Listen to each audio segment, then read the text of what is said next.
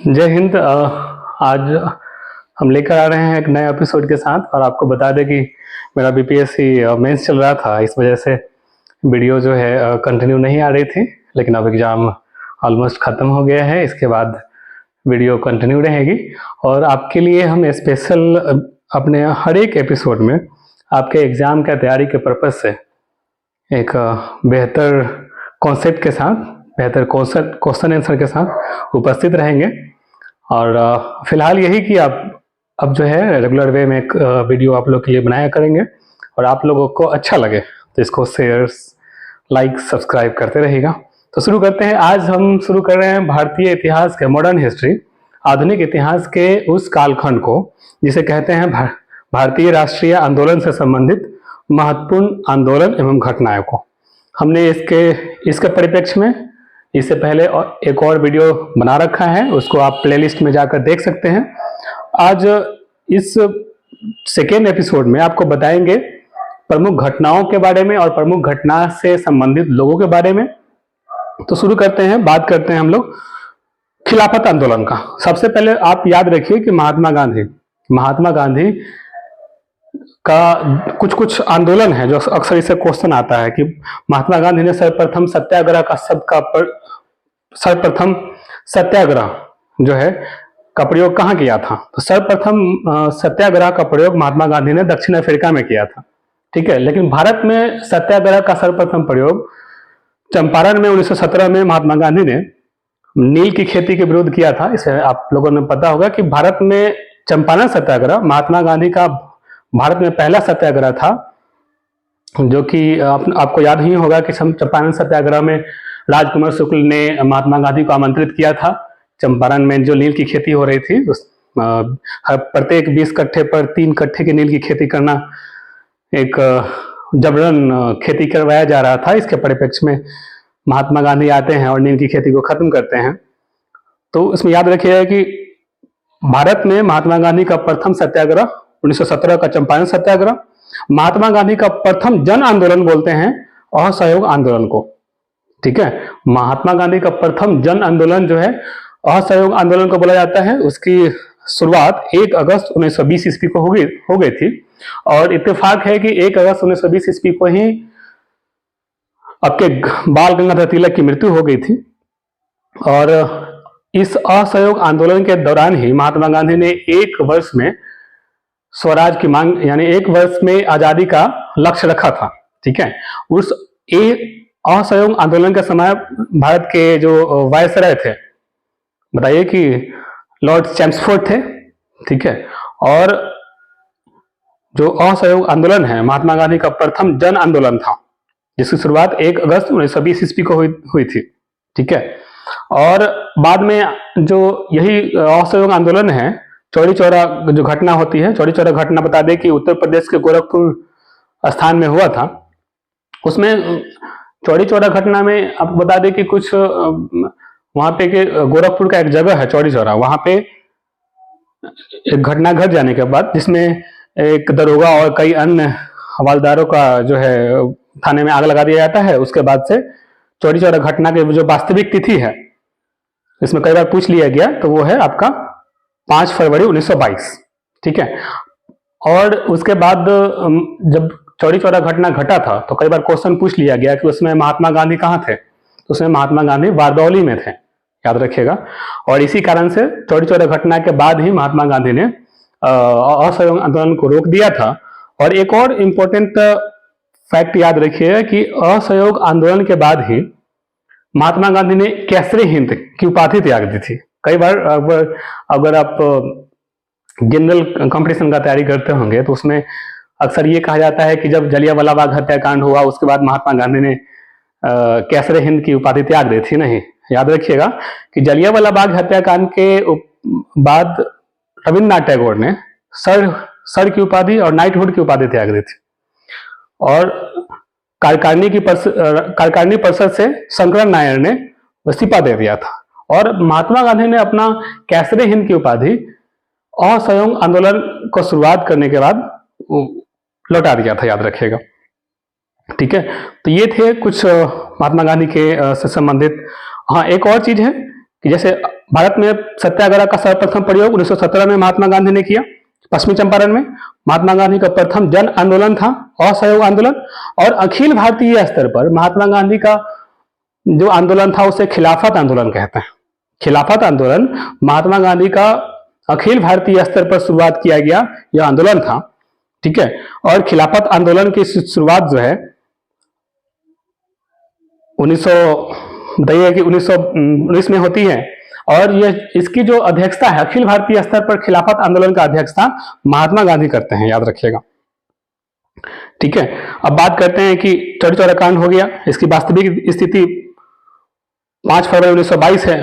गोरखपुर जिले में इस घटना के बाद असहयोग आंदोलन स्थगित कर दिया जाता है। उसके बाद आते हैं स्वराज पार्टी। याद रखिएगा कि असहयोग आंदोलन के उपरांत, यानी ऐसे क्वेश्चन आता है कि असहयोग आंदोलन की असफलता पर किस पार्टी का गठन किया गया था, तो याद रखिएगा कि असहयोग आंदोलन के असफलता के उपरांत 1 जनवरी 1923 को चित्तरंजन दास और मोतीलाल नेहरू ने स्वराज पार्टी का गठन किया था, याद रखिएगा, ठीक है। तो स्वराज पार्टी का गठन 1 जनवरी 1923 को चित्तरंजन दास और मोतीलाल नेहरू ने किया था। चित्तरंजन दास को ही क्या कहा गया, देश बंधु की उपाधि, यानी अब ऐसे क्वेश्चन आता है, अब पिछले बीपीएससी में भी क्वेश्चन आया है कि देश बंधु किसकी उपाधि है, तो चित्तरंजन दास की उपाधि है।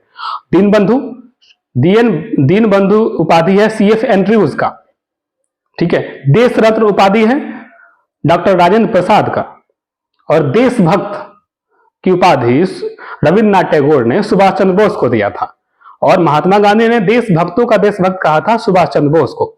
और सुभाष चंद्र बोस उस समय रंगून म्यांमार रेडियो से महात्मा गांधी को राष्ट्रपिता कहकर संबोधित करते हैं, याद रखिएगा, ये सब मैं पहले बता चुका हूं।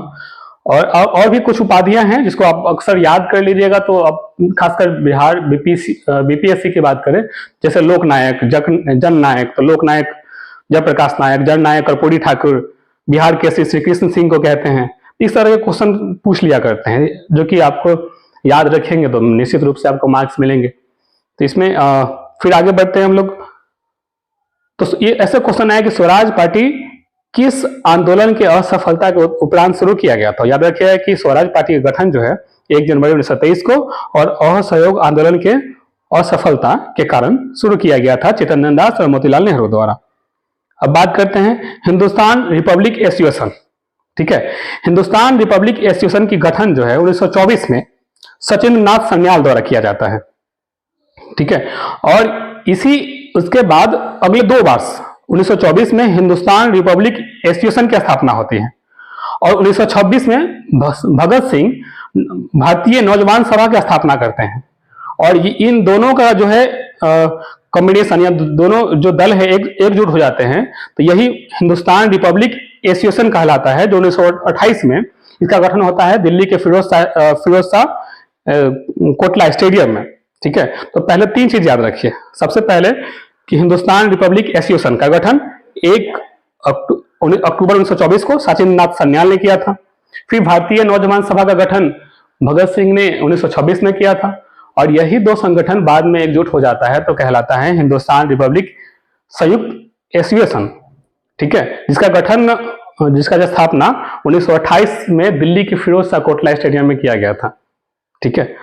अब बात करते हैं साइमन कमीशन का। साइमन कमीशन को याद रखिए, कई बार आता है कि श्वेत कमीशन या श्वेत आयोग कहते हैं। एक श्वेत विद्रोह है, जैसे आपने बताया था, आपको भली भांति पता होगा कि नील विद्रोह, नील आंदोलन, है ना, नील दर्पण एक किताब है। तो ऐसे ऐसे आपको कई बार बहुत आसान शब्द कहकर क्वेश्चन फंसा लिया जाता है। साइमन कमीशन को ही श्वेत कमीशन कहा गया, क्योंकि इसमें एक भी भारतीय नहीं थे। साइमन कमीशन में कुल 7 सदस्य थे और एक भी भारतीय नहीं थे, इसलिए श्वेत कमीशन कहा गया। तो साइमन कमीशन का गठन हुआ था नवंबर 1927 में, ठीक है। और यह भारत आया 3 फरवरी 1928 को, ठीक है।